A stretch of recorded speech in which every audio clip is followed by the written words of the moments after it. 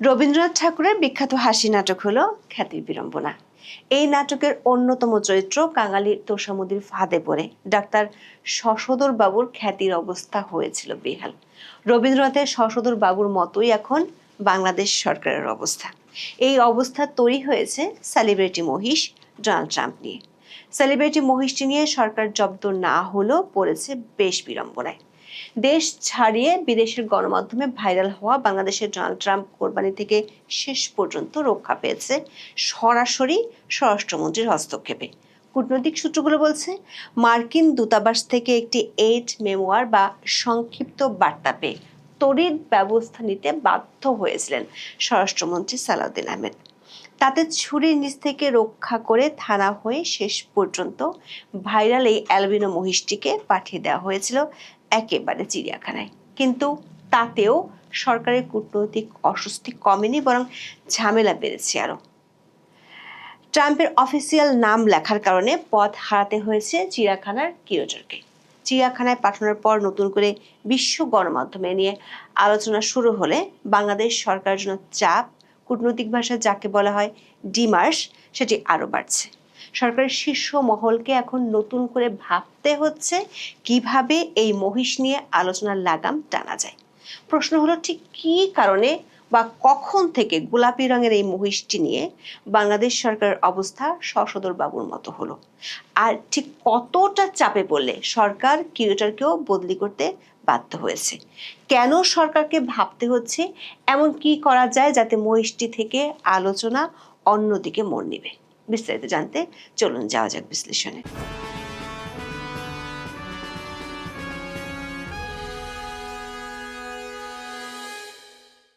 বাংলাদেশে এবার ঈদুল আজহায় সবচেয়ে আলোচিত চরিত্র হলো একটি মহিষ।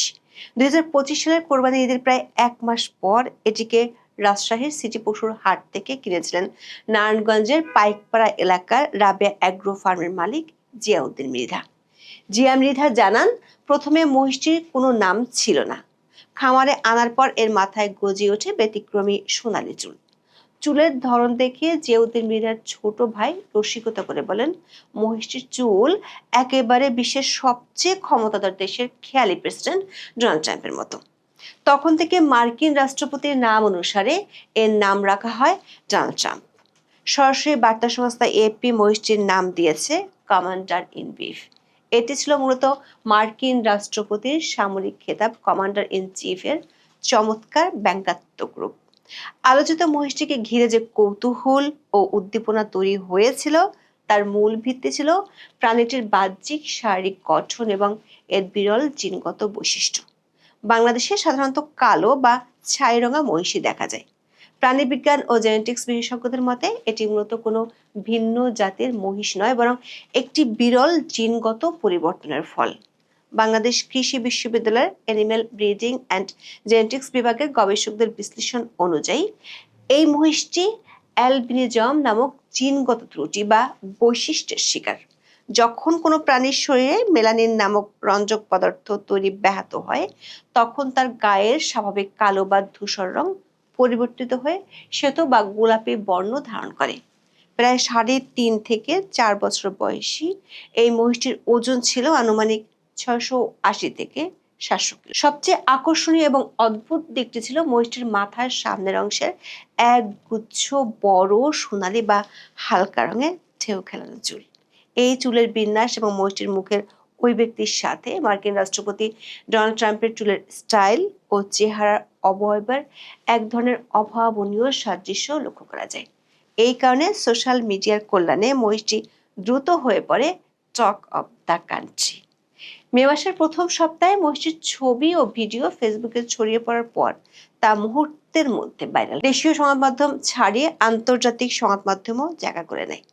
বিশ্ব জুড়ে বিভিন্ন প্রথম সারির গণমাধ্যম মহিষটির ব্যতিক্রমী রূপ, এর আকাশচুম্বী জনপ্রিয়তা এবং আসন্ন ঈদে কোরবানির বিষয়টিকে কেন্দ্র করে ভিন্ন ভিন্ন কোণ থেকে প্রতিবেদন প্রকাশ করেছে। আন্তর্জাতিক সংবাদ সংস্থা রয়টার্সের খবরের শিরোনাম ছিল, বাংলাদেশ রিয়ার Donald Trump buffalo becomes Eid sensation. যুক্তরাজ্য ভিত্তিক সংবাদ মাধ্যম দ্য টেলিগ্রাফ শিরোনাম করেছিল, Bangladesh to sacrifice Donald Trump the albino bull. ভারতের প্রভাবশালী গণমাধ্যম হিন্দুস্তান টাইমস মহিষটিকে একটি ভাইরাল সেন্সেশন হিসেবে বর্ণনা করেছে। এই সংবাদ কভারেজগুলোর ফলে বিশ্বব্যাপী এক ধরনের রাজনৈতিক কৌতুক ও রসাত্মক আবহের সৃষ্টি হয়েছিল। তবে এই ভাইরাল কন্টেন্টকে কেন্দ্র করে সামাজিক যোগাযোগ মাধ্যমে বেশ কিছু গুজবের জন্ম হয়। মে মাসের শেষ দিকে একটি সম্পাদিত বা ফেক স্ক্রিনশট ফেসবুকে ব্যাপকভাবে ছড়িয়ে পড়ে, যেখানে দাবি করা হয় খোদ মার্কিন রাষ্ট্রপতি ডোনাল্ড ট্রাম্প তার নিজের সামাজিক যোগাযোগ মাধ্যম ট্রুথ সোশ্যালে এই মহিষটির বিষয়ে মন্তব্য বা প্রতিক্রিয়া জানিয়েছেন, কিন্তু ট্রাম্প এ ধরনের কোনো প্রতিক্রিয়া জানাননি। কিন্তু সবচেয়ে বড় ভূরাজনৈতিক ঘটনাটি ঘটে যখন রাশিয়ার মস্কোয় অবস্থিত ইরানের দূতাবাস তাদের অফিসের এক্স অ্যাকাউন্ট থেকে রুশ রাষ্ট্রীয় সংবাদ মাধ্যম আরটির একটি ভিডিও কন্টেন্ট শেয়ার করে সরাসরি মার্কিন রাষ্ট্রপতিকে কটাক্ষ ও উপহাস করে পোস্ট দেয়। ওই ভিডিওটিতে দেখানো হয়েছিল অতি উৎসাহী দর্শনার্থীদের উপচে পড়া ভিড়ের কারণে মহিষটি বিরক্ত হচ্ছে এবং খাওয়া দাওয়া কমিয়ে দিয়েছে।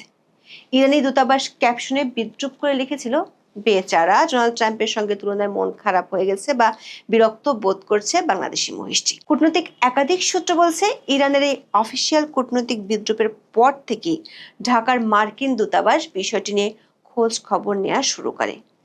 এমনকি মার্কিন দূতাবাসের কর্মকর্তাদের নারায়ণগঞ্জের রাবেয়া অ্যাগ্রো ফার্মেও যাওয়ার কথা ছিল।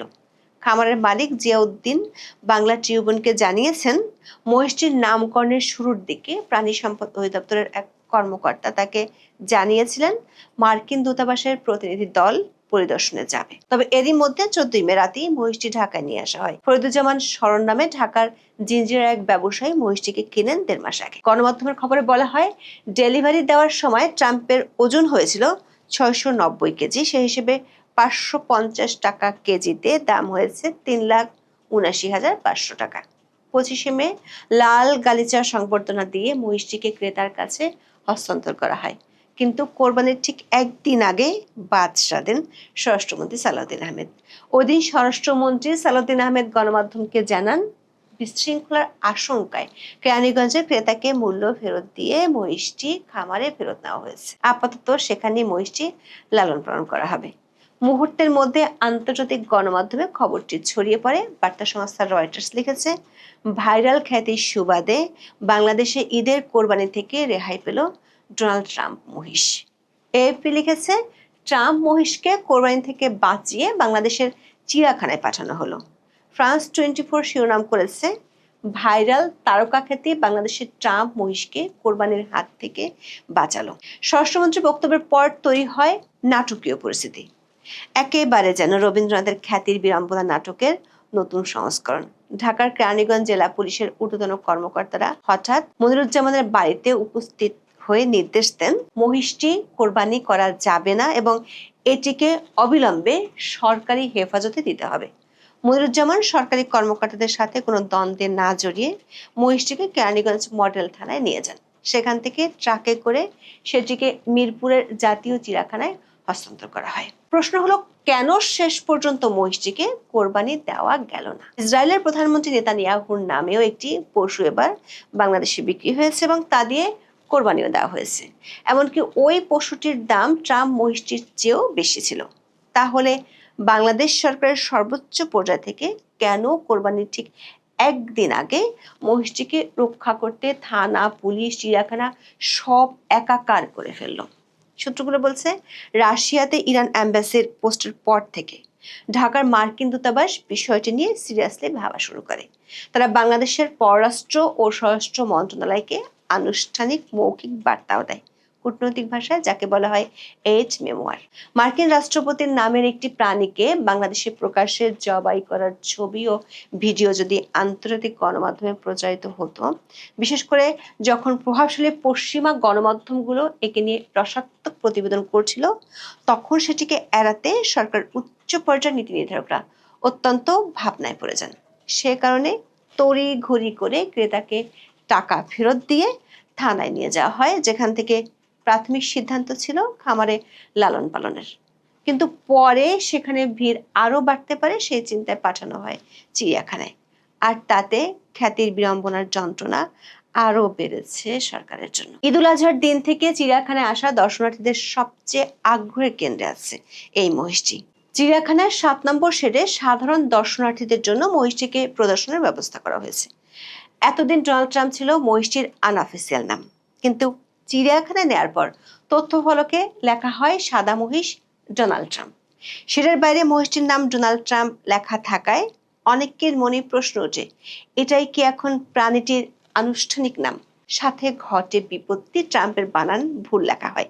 কূটনৈতিক সূত্রগুলো বলছে ভুল বানানোর জন্য নয়, বরং আনুষ্ঠানিক বা অফিসিয়াল ফলকে এভাবে সরকারি প্রতিষ্ঠানে মহিষটির নাম ডোনাল্ড ট্রাম্প লেখায় বেজায় চটেছে বারিধারার লাল দালানের কর্মকর্তারা। তারা সরকারের শীর্ষ মহলের কাছে অস্বস্তি কিংবা আপত্তির কথা জানিয়ে দেয়। এই কূটনৈতিক পদক্ষেপকে বলা হয় ওরাল ডিমার্স। তাতে সরকার দ্রুত ব্যবস্থাও নেয়, চিড়িয়াখানায় কিউরেটর ডক্টর মোহাম্মদ আতিকুর রহমানকে সরিয়ে দেয়। দৈনিক সমকালের খবরে বলা হয়েছে, বৃহস্পতিবার মৎস্য ও প্রাণী সম্পদ মন্ত্রণালয়ের প্রাণী সম্পদ 4 শাখা থেকে জারি করা এক প্রজ্ঞাপনে ডক্টর মোহাম্মদ আতিকুর রহমানকে প্রাণী সম্পদ অধিদপ্তরের পরিচালক পদে বদলি করা হয়েছে। তাকে ঢাকাস্থ livestock veterinary and dairy development revived প্রকল্পের পরিচালক হিসেবে দায়িত্ব দেওয়া হয়েছে। অন্যদিকে এলপিডিডি রিভাইভড প্রকল্পের কর্মরত জেলা প্রাণী সম্পদ কর্মকর্তা ডক্টর মোহাম্মদ হাবিবুর রহমানকে জাতীয় চিড়িয়াখানা মিরপুরের নতুন কিউরেটর হিসেবে বদলি করা হয়েছে। যদিও সমকালের খবরে বলা হয়েছে ট্রাম্পের নামের বানান ভুল লেখায় কিউরেটরকে বদলি করা হয়েছে, কিন্তু স্বরাষ্ট্র ও পশু সম্পদ মন্ত্রণালয়ের কর্মকর্তারা বলছেন নাম ভুল লেখলে নতুন ফলকে তা শুদ্ধ করে লেখার কথা।